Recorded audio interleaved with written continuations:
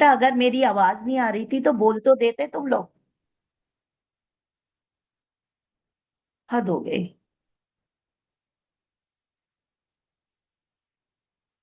Thank you बेटा, आपने बताया।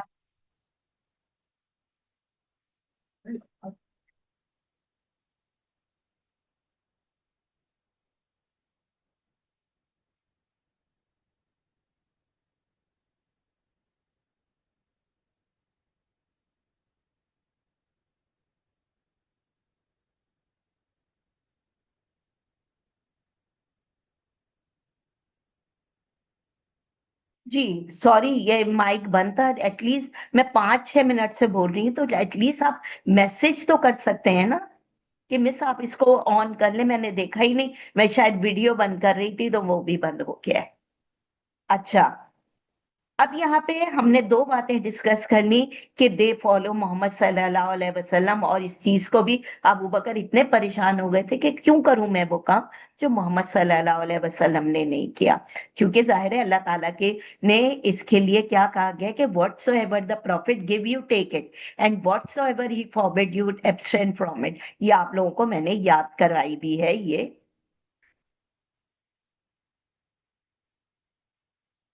मुझे नहीं समझ आ रहा, बाज बच्चे बार बार क्यों आ रहे हैं और बार बार निकल रहे हैं। आई डोंट नो क्या क्या मसला है।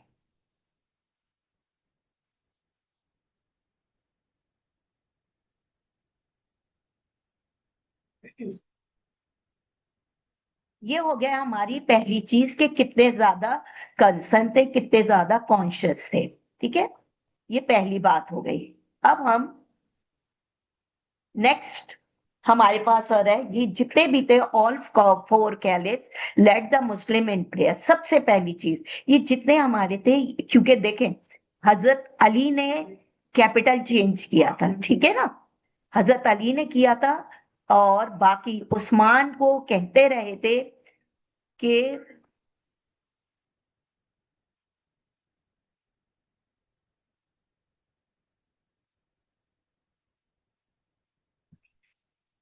जी अब ये हमें आप सबको पता है कि हजरत अली ने, हमने जो हजरत अली का किया हुआ है उसके अंदर हजरत अली ने due to this some reason Hazrat Ali ने कैपिटल चेंज किया था। ठीक है, अब ये देखें इस वक्त क्या टाइम हो रहा है, 2:30 बज रहे हैं और अब तक ये स्टूडेंट्स आ रहे हैं।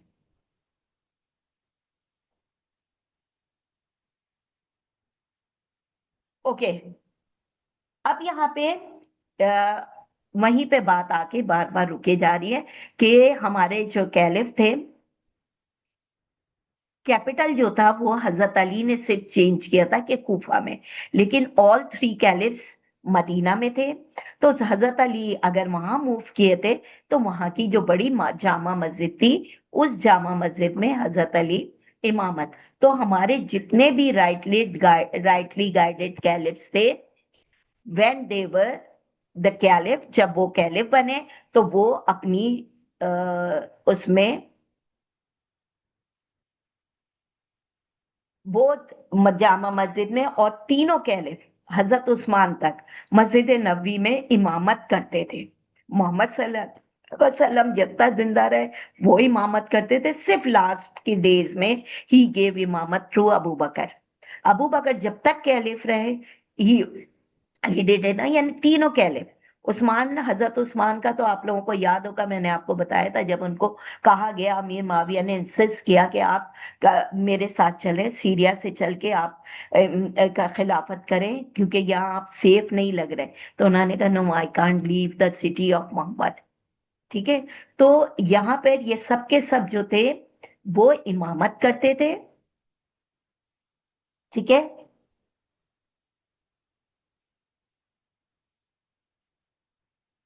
ये सारे के सारे जो थे ये इमामत करते थे। यार क्या मसला है ये, मतलब तंग करने के लिए कर रहे हैं क्या है, मुस्तकिल। अच्छा, नहीं तुम्हारी भी अच्छी जगह लग रही है ये तुम्हारी आवाज पे।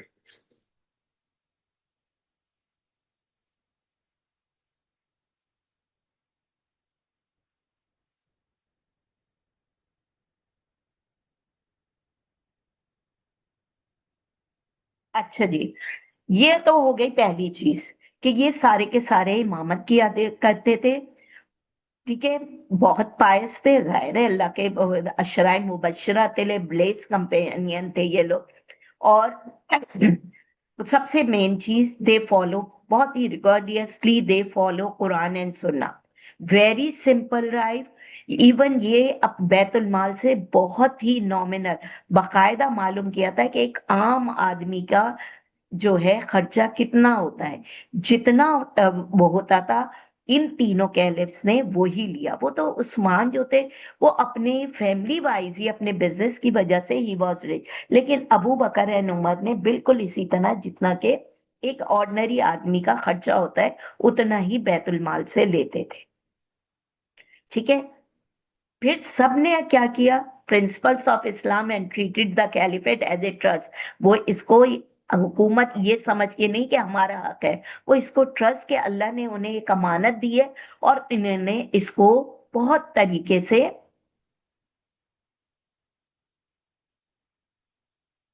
बहुत तरीके से इसको उन्होंने फॉलो करना है। ठीक है। गुड एडमिनिस्ट्रेटर थे। आपने देखा हजरत उमर ने, हजरत अबू बकर सिद्दीक का, इनका टाइम बहुत कम है, 2 साल 3 महीने और 4 महीने। लेकिन आप देखो, इतनी 5 initial difficulties, campaigns, battles with Persia and Byzantine, सब कुछ आपने किया। उसके साथ एक बेहतरीन एडमिनिस्ट्रेशन आपने फॉर्म किया। और ये मैंने आपको हजरत अबू बकर के एडमिनिस्ट्रेशन में कर। तो चारों के चारे, उमर का तो उमर लॉ के नाम से मशहूर है आज भी। मुल्क, दुनिया के बड़े बड़े ममालिक, मॉडर्न कंट्रीज, वेस्टर्न कंट्रीज में उमर लॉ के नाम से, डेनमार्क हो गया, यूके, ये फॉलो किया जाता है। और जितने हमारे वेस्टर्न कंट्रीज है उसके अंदर वो वेलफेयर स्टेट का जो कॉन्सेप्ट है, वो देने वाले हजरत उमर थे। और they are following the same, यानी कि फ्री एजुकेशन, फ्री बच्चों को तालीम, मेडिकल, उनकी फर्दर एजुकेशन के लिए लोन, अनएम्प्लॉयमेंट के लिए, जो खवातीन जो जॉब करती हैं उनको after the birth of baby, उनके जब तक बच्चा स्कूल गोइंग नहीं हो रहा है उस वक्त तक इनको करना है। ठीक है, कि उनको अलाउंस दिया जाना। फिर जो लोग ये शो करते हैं कि जी हमारी इतनी इनकम नहीं है, हमारे बच्चे हो रहे हैं, तो उनको 18 साल तक बच्चों को वो दिया जाता है। हजरत उमर ने क्या किया था, मुझे समझ नहीं आ रहा ये शायान क्यों इतना हाथ उठा रहे हैं, आई डोंट नो।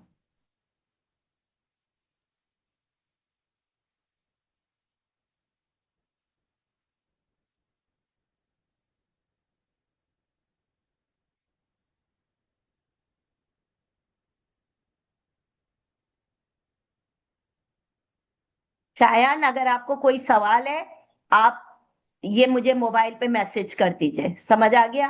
मुझे बार बार डिस्टर्ब ना करें। ये हो गया, बेहतरीन एडमिनिस्ट्रेटर थे।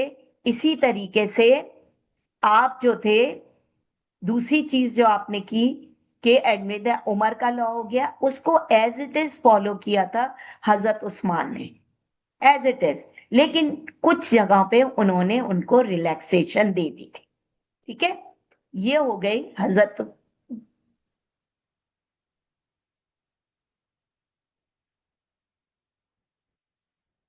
हाँ। अच्छा, दूसरी बात सबसे इंपॉर्टेंट, आपने देखा राइटली गाइडेड कैलिफ्स के दौर में जो है, वो इजमा और कयास, यानी कोई भी इस्लामिक मैटर कोई होता था, कोई प्रॉब्लम आती थी, इसको ये लोग इजमा और कयास के जरिए इसको सॉल्व किया जाता था। याद है ना, हजरत अबू बकर के दौर में इजमा कयास हुए, हजरत उस्मान के दौर में हुए, हजरत अबू बकर के दौर में इवन कयास भी हुआ। रिफ्यूजल्स ऑफ पेमेंट ऑफ जक़ात वालों के साथ का जो था, वो वो सारा जो था, इसमें उन्होंने राइटली गाइडेड, ये उनका कयास था। ठीक है दानियाल, कोई प्रॉब्लम है? दूसरी बात ये कि all caliphs followed the Islamic princess, सारा कंसल्ट करते थे। अच्छा, उमर ने क्या किया था, मजलिस शूरा जो कि स्टार्ट की गई थी,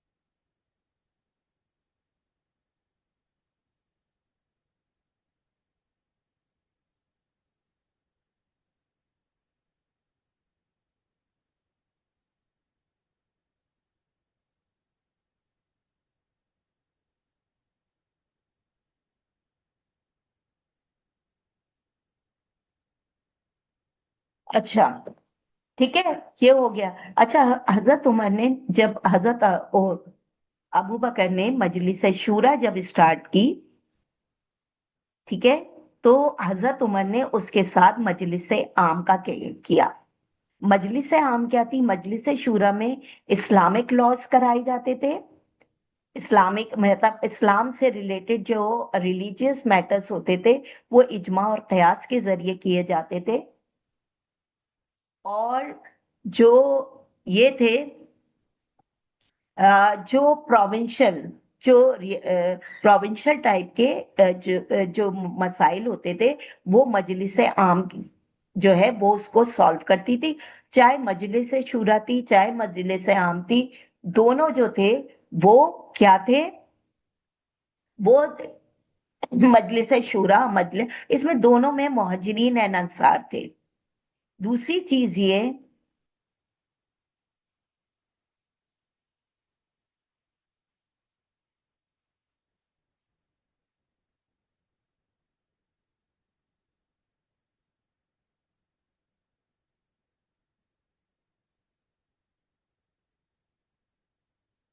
दूसरा इसमें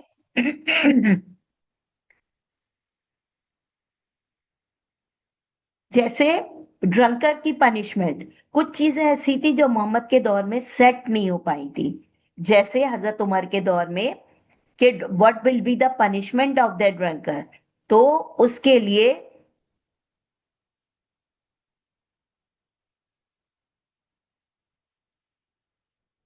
इसके लिए इन्होंने क्या किया था कि,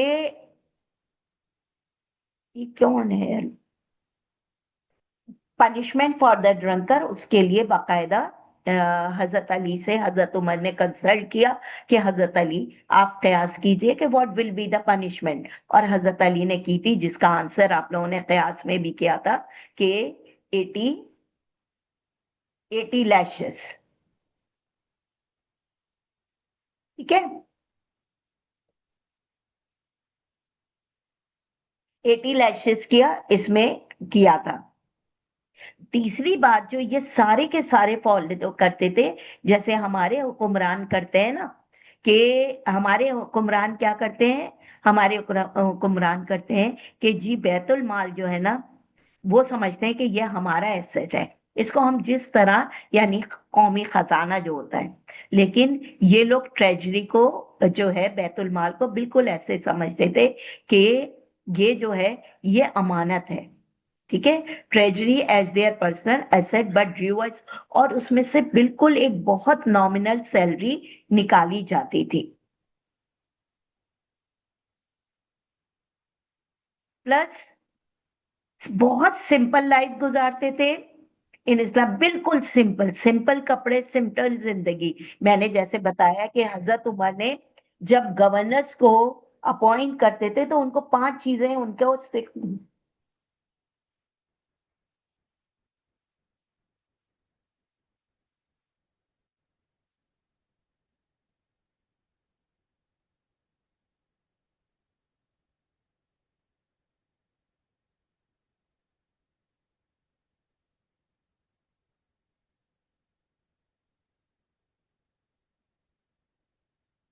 कौन कर क्या रहा है ये?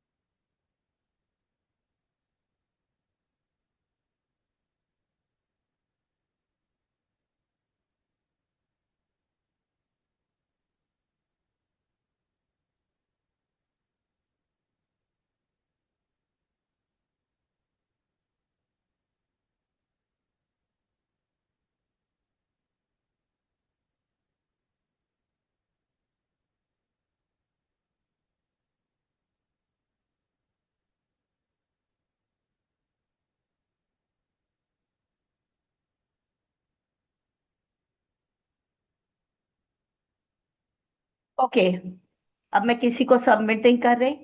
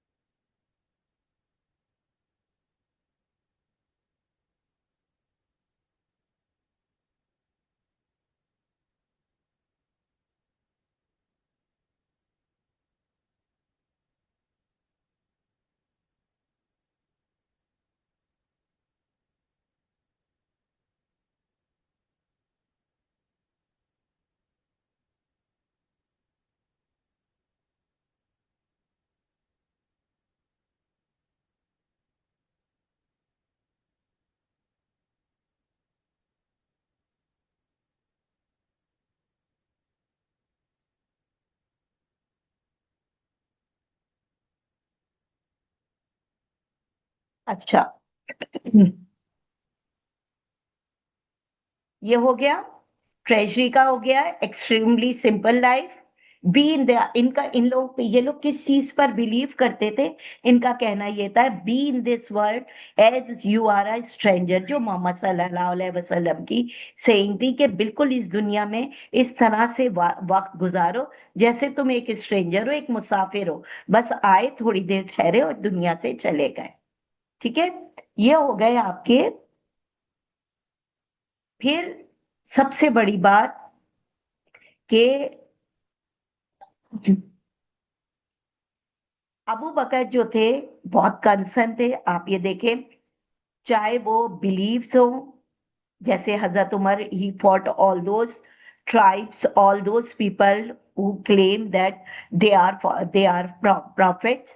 ठीक है, तमाम फॉल्स प्रॉफिट को क्रश और डिफीट किया गया। इसी तरह से इंपॉर्टेंट पिलर ऑफ इस्लाम पे जब बात आने लगी, तो आपने स्टैंड लिया, हजरत अबू बकर सिद्दीक ने, और आपने जो है वो he fought all those tribes who refuse to pay ज़कात। ठीक है, आपको पता है, जब अभी अबू बकर का रिपीट भी करा था मैंने, तो आपको ये चीज करा दी गई थी।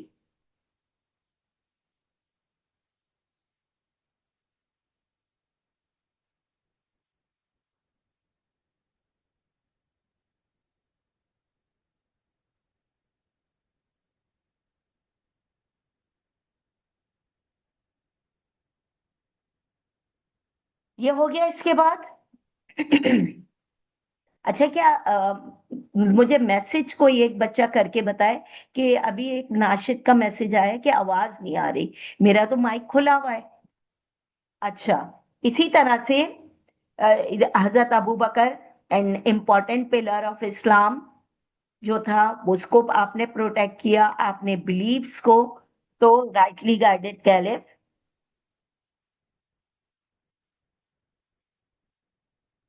अच्छा, they never consider themselves superior, कभी भी नहीं करते थे सुपीरियर। जैसे मैंने आप लोगों को हजरत उमर का, जेरूसलम का बताया, कितने he was so simple, he just took a slave and a camel, और राइड भी टर्न बाय टर्न ली थी। ठीक है, and he was wearing the very simple cloth. अब व्हेन ही रीच जेरूसलम, तो वहां पे आप ये देखें, जब उन्होंने ये किया, तो ये वहां पहुंचे तो पूरे धूल मट्टी में अटे हुए थे।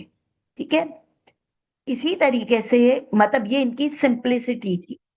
और ये लोग बैतुल माल से जो अलाउंस लेते थे, उसमें एक गर्मी का जोड़ा और एक सर्दी का जोड़ा होता था। तो कभी सुपीरियर, जैसे once an old women objected Umar that you took a bigger share, एक औरत जो थी, आप बड़ा अच्छे से कपड़े, बूटी में बहुत सारा कपड़ा आया था, तो सबको एक एक कुर्ते के हिसाब से दे दिया गया। अब जब उमर वो पहन के खड़े हुए थे, तो जबकि although he was a caliph, जब वो कैलिफ थे, तब भी उन्होंने क्या किया कि वो औरत खड़ी होगी, कहने लगे, उमर ये क्या है? जितना कपड़ा मिला था उसके अंदर तुम्हारा तो सूट बन ही नहीं सकता था, तुम्हारा कुर्ता, तो यानी कि तुमने ज्यादा ले लिया। तो हजरत उमर ने कोई जवाब नहीं दिया, अपने बेटे से कहा तुम जवाब दो। तो बेटे ने कहा चूंकि अब्बा को ये बहुत पसंद था तो मैंने अपने कुर्ते का कपड़ा उनको दिया, क्योंकि हजरत उमर वाहिद इन सब में थे जो बहुत लंबे चौड़े थे, बहुत हेल्दी थे, लंबे चौड़े थे। ठीक है, तो उस उतने कपड़े में उनका कुर्ता नहीं बन सकता था, यानी कि इतना फ्रीडम ऑफ स्पीच था।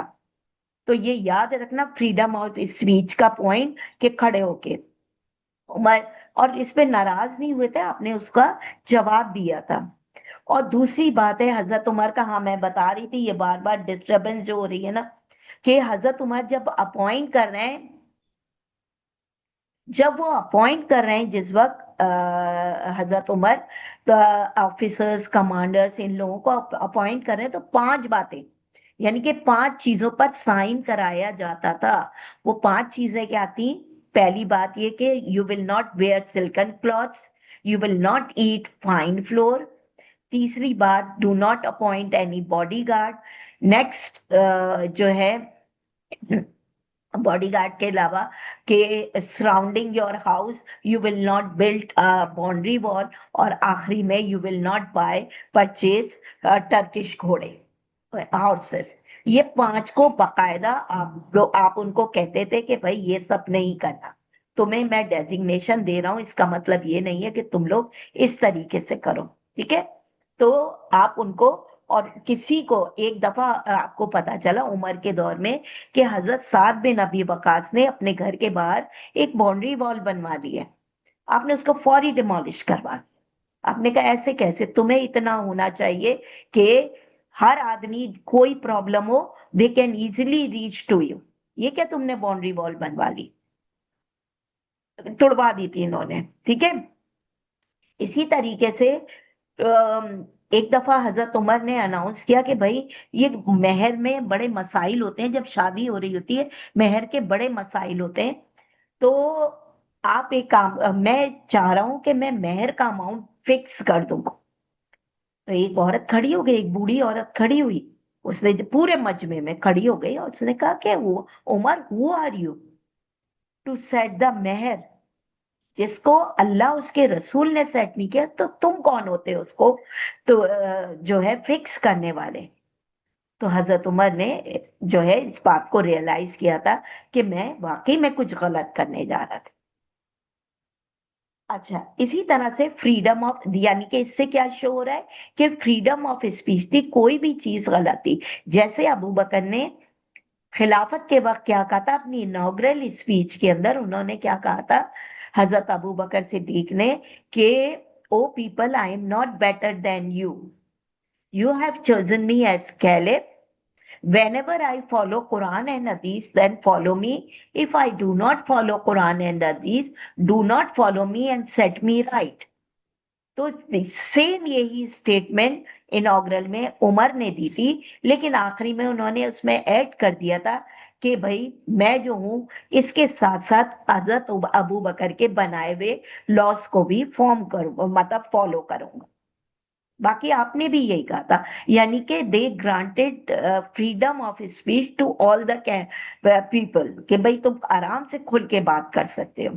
ठीक है, इसी तरह से the caliph not only meet the Muslim during the time of the meeting of the शूरा, ये नहीं कि बार बार वक्त उस जब ही मिलते थे जब शूरा होता था, नहीं, कॉन्ग्रीगेशनल प्रेयर्स में भी आपस में मिलते थे।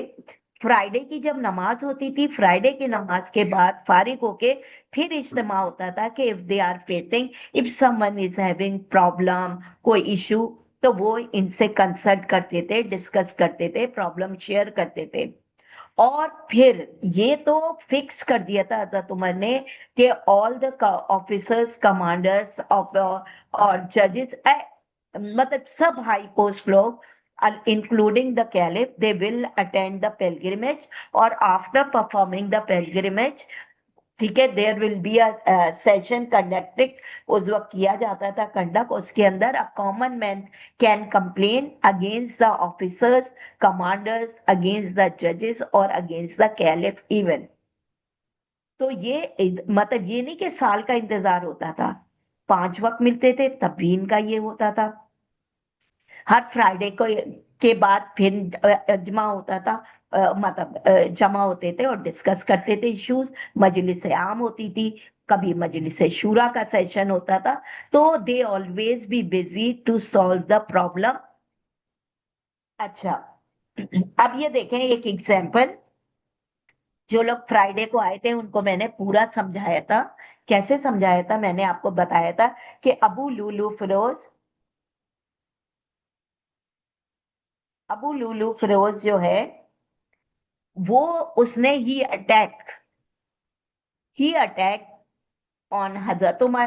क्योंकि हजरत उमर से उसने फेवर मांगा था कि भाई मेरा जो मालिक है मुगीरा बिन शैबा, वो मुझसे 2 दीनार लेता है पर डे, और मैं सारा दिन मैं मेहनत करता हूँ, तो ये ज्यादा है, इसको कम कराइए। उसको ये लगा कि मैं जरा आता जाता रहता हूँ, उमर से बहुत अच्छी सलाम दुआ है, तो वो हजरत उमर मेरी बात सुनेंगे। ठीक है, तो उसने ये हरकत की। हजरत उमर ने जब इन्वेस्टिगेशन कराई और मालूम कराया, पता चला ये तो बड़ा एक्सपर्ट आदमी है और ये क्या ही काम करता है, और ये एक दिन में काफी 5 6 7 दीनार कमा लेता है। तो हजरत उमर ने जब ये इन्वेस्टिगेशन की, तो अबू लुलू जब आया और कहने लगा, हजरत उमर मेरा टैक्स कम करा दिया आपने? तो उन्होंने कहा नहीं, बिल्कुल सही है, तुम्हारा मालिक तुमसे बिल्कुल सही ले रहा है। ठीक है, तुम्हारा मालिक तुम्हारा बिल्कुल सही ले रहा है।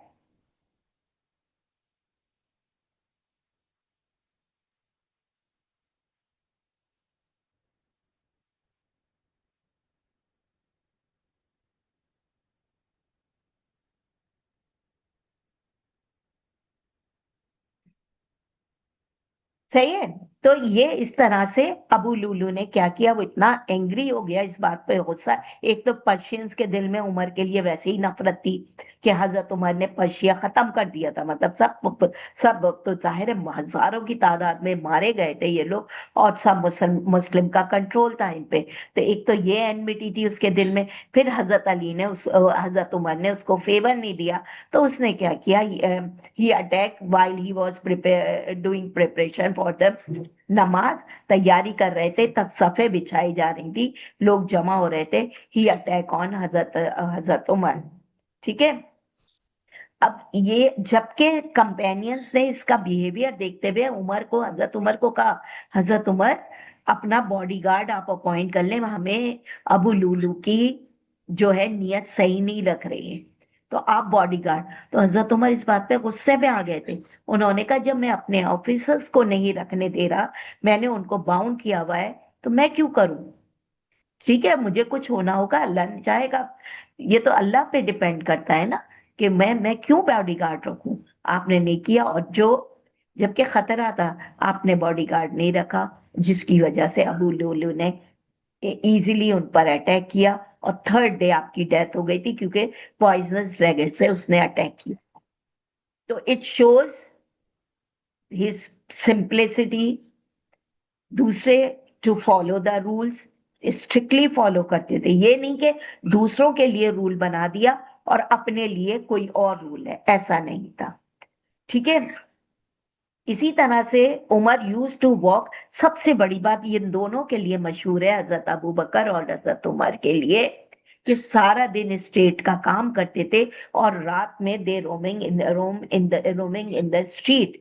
वो सिर्फ ये मालूम करने के लिए कोई प्रॉब्लम तो नहीं है, किसी को कोई इश्यू तो नहीं है, कोई नीडी तो नहीं है, कहीं कोई दुख परेशानी तो नहीं है।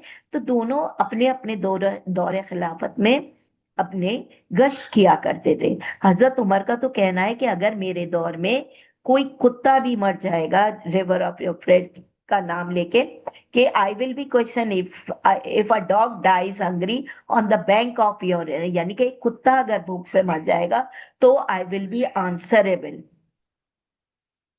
ठीक है, आई विल बी आंसरेबल। मुझे नहीं समझ आ रहा ये ओपन द चैट किस लिए कहा जा रहा है। मैं क्या करूं, चैट खोल के मैं पढ़ाऊं, ये मतलब इनकी चैट्स देखूं?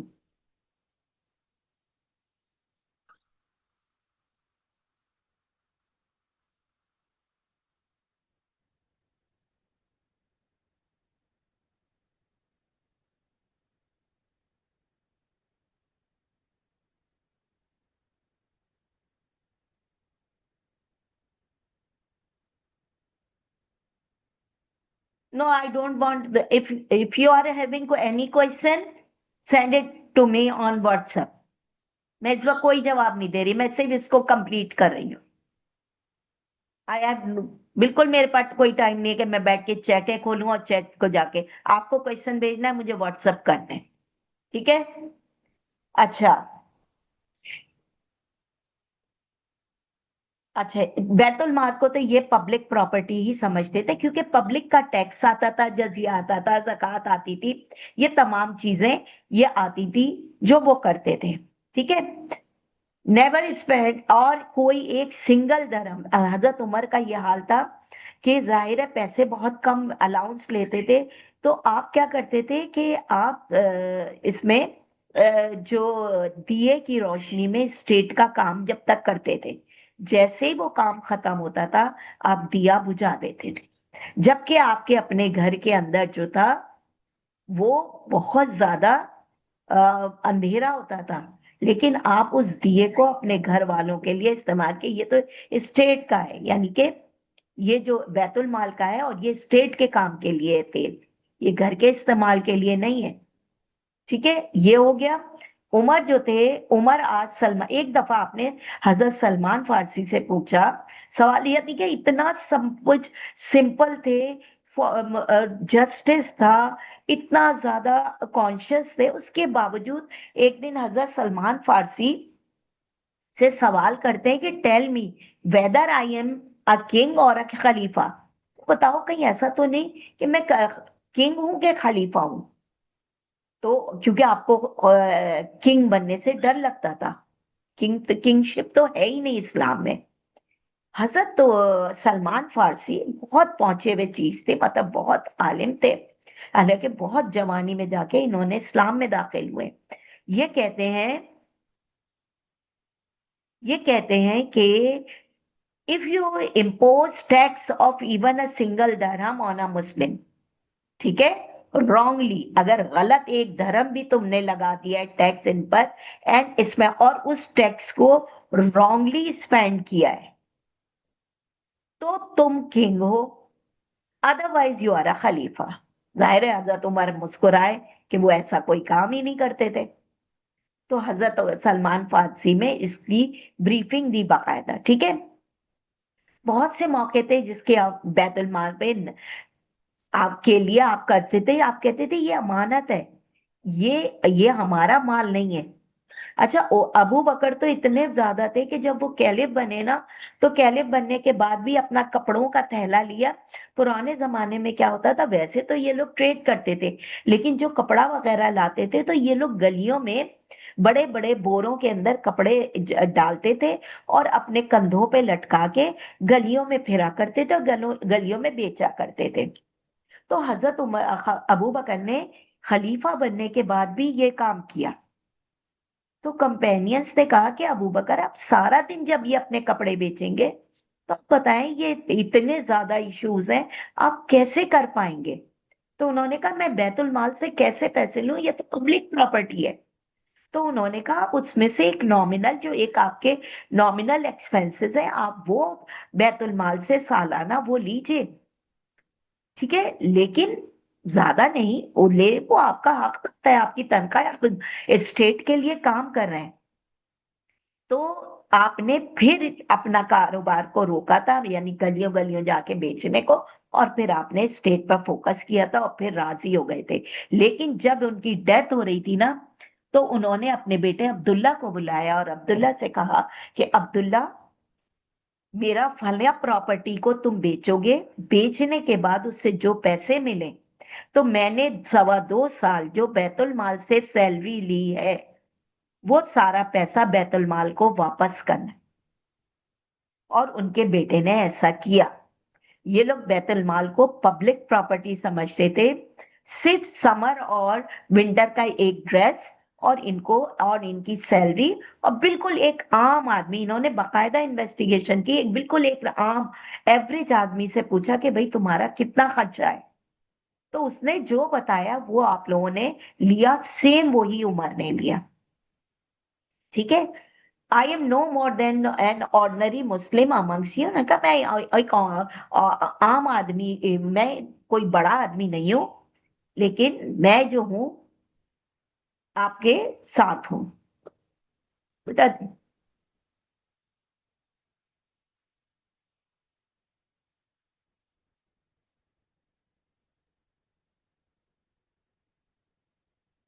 हजरत ये सैलरी का तो मैंने बता दिया, और अपनी प्रॉपर्टी बेच के ये मैंने आपको बता दिया है।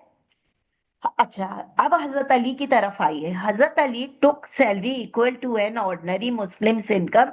ही use to wear, Hazrat Ali जो थे वो तहमद पहनते थे। तहमद आपको पता है, एक बिल्कुल स्ट्रेट कपड़ा होता है और नीचे बांध लिया जाता है, और उस तहमद में भी पैचेस लगे हुए होते थे। ठीक है, उनकी जो ऊपर कुर्ता पहनते थे, शर्ट पहनते थे, उस पर भी पैचेस थे। और दे ऑल ट्रीटेड द बैतुल माल बिल्कुल ऐसे कि बैतुल माल, वो कहते थे ये बैतुल माल अमानत है और हमने इसका मिसयूज नहीं करना। सुपरमेसी ऑफ लॉ की there are so many example. ठीक है। हजरत उमर ने क्या किया, क्योंकि बेचारे अबू बकर को तो इतना टाइम नहीं मिला कि काजियों का करें। काजी जज को कहते हैं, ठीक है। काजी जो है वो जज को कहा। हजरत उमर ने पहला काम ये किया, काजी के लिए एक एग्जाम कंडक्ट कराया। ठीक है, वो एक एग्जाम कंडक्ट कराया उन्होंने, और इस एग्जाम ने के और पहले तो कंडक्ट कराया, और जो उस एग्जाम को, बहुत मुश्किल एग्जाम था, उस एग्जाम को जो पास करता था उसको काजी अपॉइंट करते थे, और उन काजी की बहुत हाई सैलरीज रखें। क्यों रखी? ताकि ये ब्राइब वगैरह की तरफ ना जा सके। इतनी सैलरीज आपने इंक्रीज कर दी थी। बैतुल माल भरे हुए थे, पैसा भरा हुआ था बैतुल माल में। तो उन्होंने कहा अगर काजी ईमानदार होगा और वो नहीं ये चीज करेगा, तो जाहिर है फिर लोगों को इंसाफ मिलेगा। ठीक है। दूसरी, काजी का जाहिर है, इतना बड़े आदमी को जैसे जैद बिन साबित, इन लोगों को सबको काजी बनाया था। सलमान फारसी थे, अब्दुल्ला बिन मसूद थे, इन ये सब बड़े बड़े लोगों को इन्होंने किया था। और लेकिन जब इन्होंने एग्जाम पास किए थे, और ये काजी जो है जब कोई प्रॉब्लम आती थी तो ये उनसे भी, काजियों से भी कंसर्न, ये नहीं कि मैं जो कुछ भी हूं मैं ही हूं। और and he was free to give it against a common man, बिल्कुल फेयर होता था इनका। बस एक हजरत अली ने एक दफा देखा, ये बहुत मशहूर है और मार्किंग स्कीम में मौजूद है। आपने देखा कि एक क्रिश्चियन जो था, वो अपना वो एक आर्मर बेच रहा था मार्केट में खड़े होके। हजरत अली ने पहचान लिया, ये तो मेरा है जो मेरा गुम हो चुका है, ये इसके बाद उसने चुरा लिया होगा। अब उन्होंने काजी को कहा कि भाई मेरे साथ ये गलत हो गया है, और ये मेरा आर्मर है जो इसने चुरा लिया है। तो काजी ने कहा कि भाई ठीक है, आप कह तो रहे, लेकिन आप एविडेंस तो लाइए कि ये आप ही का आर्मर है, मैं कैसे मान लूं। है तो वो क्रिश्चियन के पास। तो हजरत अली जो थे वो अपने बेटे हसन को लेके चले गए। आपने कहा भाई मेरे बेटे को पता है इसके ऊपर एक निशानी है, ये आपको बता देगा ये मेरा है। तो काजी ने रिजेक्ट कर दिया। मैं कहा जाहिर है, अपने बेटे को कहेंगे वो तो बेटा तो हाँ कहेगा ही। तो इसलिए, क्योंकि उन्होंने कहा बिल्कुल अननोन पर्सन मुझे चाहिए जो एविडेंस दे। तो जाहिर है आपके पास कोई अननोन पर्सन था ही नहीं। तो काजी ने, जबकि हजरत अली उस वक्त कैलिफ हैं, काजी ने उनके हक में फैसला नहीं दिया, उन्होंने वो आर्मर उस क्रिश्चियन को दे दिया।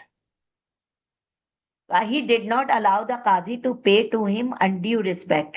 आज अच्छा, इसी में हुआ क्या कि जब आप एंटर हुए थे, एक दफा ऐसा हुआ कि हजरत उमर कोर्ट में, उनकी कोई कंप्लेन थी, आप एंटर हुए, तो जैद बिन साबित थे उस वक्त जो कहते हैं काजी। तो रिस्पेक्ट में वो खड़े हो गए, उन्होंने उसी वक्त उनको वहां से हटवा दिया कि नहीं नहीं, मुझे तुम जज नहीं चाहिए, तुमने मुझे रिस्पेक्ट दे दी तो तुम फैसला कैसे करोगे? ठीक है, तो तुम फैसला कैसे करोगे, ये आपने।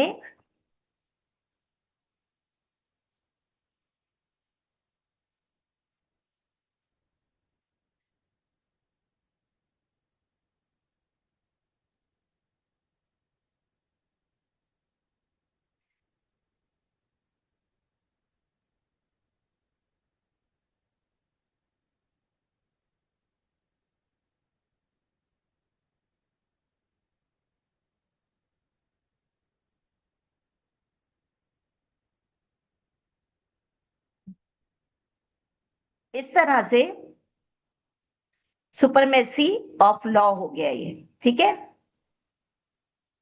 अच्छा, सबसे बड़ा काम जो किया है इन्होंने, हजरत उमर ने, वो काम क्या था कि आपने ही separated judiciary from the executive, यानी कि जुडिशरी को टोटल इंडिपेंडेंट कर दिया। वो मतलब हुकूमत के जेर असर नहीं रही। तो इस वजह से उस जमाने में इंसाफ था। आप देख लो, जुडिशरी के अंदर हमारी अदलिया है, कैसे डिसीजन कर रही है, ठीक है। और जो कैलिफ जो थे, जाहिर है वो उनका इनहेरिटेड राइट नहीं था उनका।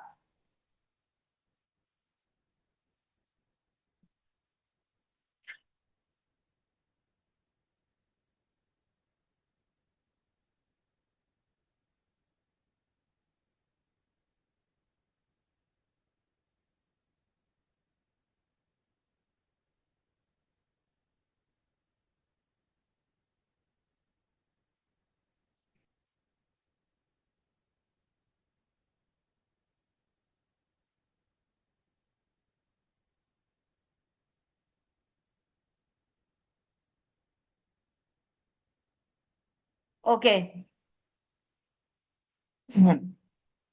हजरत अबू बकर का तो मैंने आपको पहले बता दिया कि इनॉग्रल स्पीच में क्या क्या।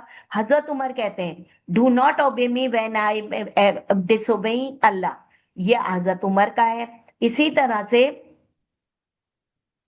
आप जब अपॉइंट करते थे, whenever Umar appointed governors और एन ऑफिसर, तो कहते थे, I am appointing, not appointing you to be the master of the public. तुम उनके आका ना बन जाना। You have been appointed so that you may establish सलात and observe justice and pay the rights of the people to them. तुम्हें मैंने इस वजह से इन पर हुकूमत दी है, यानी कि तुम्हें ये डेजिग्नेशन मैंने इसलिए दिया है। इसलिए नहीं दिया है कि तुम जो हो वो उन पर हुकूमत करना शुरू कर दो। हजरत उमर कहते हैं अपने पहले एड्रेस में, उन दोनों ने ये कहा, Hazrat Usman, I am to follow my predecessor, यानी मुझसे पहले जो कैलिफ्स आए उनको, not to create anything new in the गांव। मैं अभी फिलहाल कोई नई चीज इंक्लूड नहीं करूंगा। I promise you to obey the book of Allah, to follow the sunnah of the prophet and to be observant in 3 minute. इन तमाम लात में को मैं फॉलो करूंगा। और इसके साथ साथ जो हजरत उमर और हजरत अबू बकर ने सेट किया है वो फॉलो कर। लेकिन बाद में हजरत उस्मान ने लोगों को मतलब इस हद तक चेंजेस की थी, वो भी आफ्टर 3 इयर्स के लोगों को रिलैक्सेशन दे दी थी, ठीक है। तो लोगों को रिलैक्सेशन दे दी थी, इससे ज्यादा नहीं थी। बाकी एज इट इज उमर का लॉ ही चला था। जब हजरत अली कैस बिन साद को गवर्नर बनाया इजिप्ट का, तो उन्होंने वहां पर एक लेटर भेजा for the public, you have the right to see if we are following the book of Allah. अगर हम, तो उन पब्लिक के लिए कह रहे हैं, इजिप्ट के लोगों के लिए, अगर हम बुक ऑफ अल्लाह और सुन्ना को फॉलो करेंगे और बिल्कुल सही तरीके से हम तुम पर हुकूमत करेंगे, ठीक है, तो तुम लोग जो है तुम हमें फॉलो करना है, be good to you even at your back, यानी कि हम तुमको order you according to the ways, और बिल्कुल उस जो ऑर्डर करें बिल्कुल मोहम्मद के बात को फॉलो करना है, जो इस्लाम के अकॉर्डिंग। तो तुम पर कोई बाउंड्री नहीं, यानी कि हम जो रूल करेंगे वो अकॉर्डिंग टू द बुक और अकॉर्डिंग टू द सुन्ना करेंगे। इन सब बातों से हमें क्या पता चलता है कि इन्होंने गवर्नमेंट को, हुकूमत करने को, ग्रेट ट्रस्ट इंटरेस्टेड बाय अल्लाह, यानी कि अल्लाह ने उनको एक अमानत दी है, ताकि उसके अंदर बिल्कुल किंगशिप के अगेंस्ट था ये। इसी तरह से आपने वेलफेयर स्टेट का कॉन्सेप्ट असल में इंट्रोड्यूस हजरत उमर ने किया। इसके अलावा जस्टिस की एग्जाम्पल हमने डिस्कस किया। Even the governors were punish if prove guilty. वो कहते थे अगर किया है, आपको पता है साद बिन नबी वकास को हटा दिया था। क्यों? क्योंकि वो लोन लेके पे ऑफ नहीं कर पा रहे थे, उनको हटा दिया था। इसी तरह से वलीद बिन अकाबा के खिलाफ भी कंप्लेन आई थी, तो आपने उनका स्ट्रिक्टली उनको डील किया था। आपको जब पता चला कि वलीद बिन अकाबा के जो जहां पर गवर्नर है कूफा के, उनका बेटा वहां पे होता था, उसने शराब पी, उन्होंने 80 कोड़े नहीं लगवाए। हजरत उमर ने अपने बेटे को बुलवाया कूफा से और उसको पब्लिक के सामने 80 कोड़े लगवाए। इसके अलावा इन्होंने सब कुछ इनके लिए तो जो किया किया, माइनॉरिटीज के साथ बहुत अच्छा सलूक किया, फ्रीडम दिया, उनको फुल फ्रीडम देते थे, ठीक है, रिलीजियस फ्रीडम दी, बिजनेस, इतनी दौलत थी उमर के जमाने में स्पेशली, फिर उस्मान के, तो उस्मान ने तो ये सारा दौलत जो थी वो वेलफेयर के कामों में लगा दी है, बेइंतहा कंस्ट्रक्शन करा दी। हजरत उमर ने भी किया। हजरत उमर के दौर में अराउंड 4000 मसाजिद तमाम एरियाज में बनाई गई, ब्रिजेस बनवाए, कैनाल्स, वेल्स, हर कुछ काम किए इन लोगों ने, ठीक है, और लोगों को उनकी जान, उनकी प्रॉपर्टीज का तहफ्फुज फराहम किया। इसी तरह से हजरत उस्मान का आप लोगों को याद है कि जब उनको कहा गया कि भाई आप जो है सीरिया जाके हुकूमत करें या आप सेफ नहीं लग रहे, कहा नहीं, मैं जो हूँ refuse to call the army, उन्होंने कहा नहीं, मैं कैसे आर्मी को कॉल कर सकता हूँ। हजरत उमर तो नाराज भी इस बात पे हो गए थे, हजरत अली सॉरी, कि हजरत अली कह रहे हैं कि भाई आर्मी को बुलाए, वो कह रहे हैं नहीं। और अमीर माविया कह रहे हैं हजरत उस्मान एक काम कीजिए, आप वहां से चल के करें। कहते हैं how can I leave the city of Muhammad. और ये सारे के सारे बेहतरीन एडमिनिस्ट्रेटर थे। वो उमर लॉ के से आपको पता चल जाएगा, कुरान एंड सुन्ना के अलावा इजमा और कयास को भी कंडक्ट कराते थे। और अली और उमर दोनों देवर मार्टर्ड वाइल देवर लीडिंग प्रेयर्स, इमामत के लिए खड़े हो रहे थे जब इन दोनों को शहीद किया गया। इसका मतलब है इनके अराउंड सराउंडिंग में इनके कोई बॉडीगार्ड्स नहीं थे, दे लेड देयर सिंपल लाइफ, बिल्कुल सादी जिंदगी। ये ये मार्किंग स्कीम है, ठीक है, आप ये देखें, इस मार्किंग स्कीम के अंदर सारे ये बहुत कम पॉइंट्स दिए हैं उन्होंने, लेकिन ये वैलिड पॉइंट है, ठीक है। ये सारे वही सारे जो बताए गए हैं आपको, ये मार्किंग स्कीम कह रही है। ये मार्किंग स्कीम के अंदर सारे पॉइंट्स हैं कि किस तरह से simplicity, justice, freedom, freedom of speech, they follow Quran, ये तो सबसे पहले लिखना है, कुरान एंड सुन्ना, मजलिस शूरा को फॉलो, अपना डिसीजन नहीं लेते थे, अपना नहीं लेते थे, they always consulted with the जो मजलिस शूरा, और जो प्रोविंशियल वैसे मामला जो होते थे हुकूमत से रिलेटेड, वो आप मजलिस आम, जिसमें आपने तमाम नॉलेजेबल कंपेनियंस को रखा हुआ था, ठीक है। ये आपका हो गया मजलिस शूरा का, काजीज के एग्जाम का, और बाकी सारी चीजें, ठीक है। हजरत उस्मान का देखें, इसमें मार्किंग स्कीम में भी यही लिखा हुआ है। हजरत उमर, मैंने इसमें अली लिखा हुआ है, मैंने उमर का भी डाल दिया उसमें। तो ये आपकी मार्किंग है। अब ये आप देख लें, ये ऐसा आंसर है बेटा जिसमें आप अपने तरफ से ये 5-6 हेडिंग बनाएंगे, दिमाग में सोचेंगे। एज यू नो के सीआई के अंदर जो है वो बिल्कुल भी हेडिंग वगैरह नहीं है, ना पॉइंट्स फॉर्म है ना हेडिंग है, ठीक है। ये दोनों जो है वो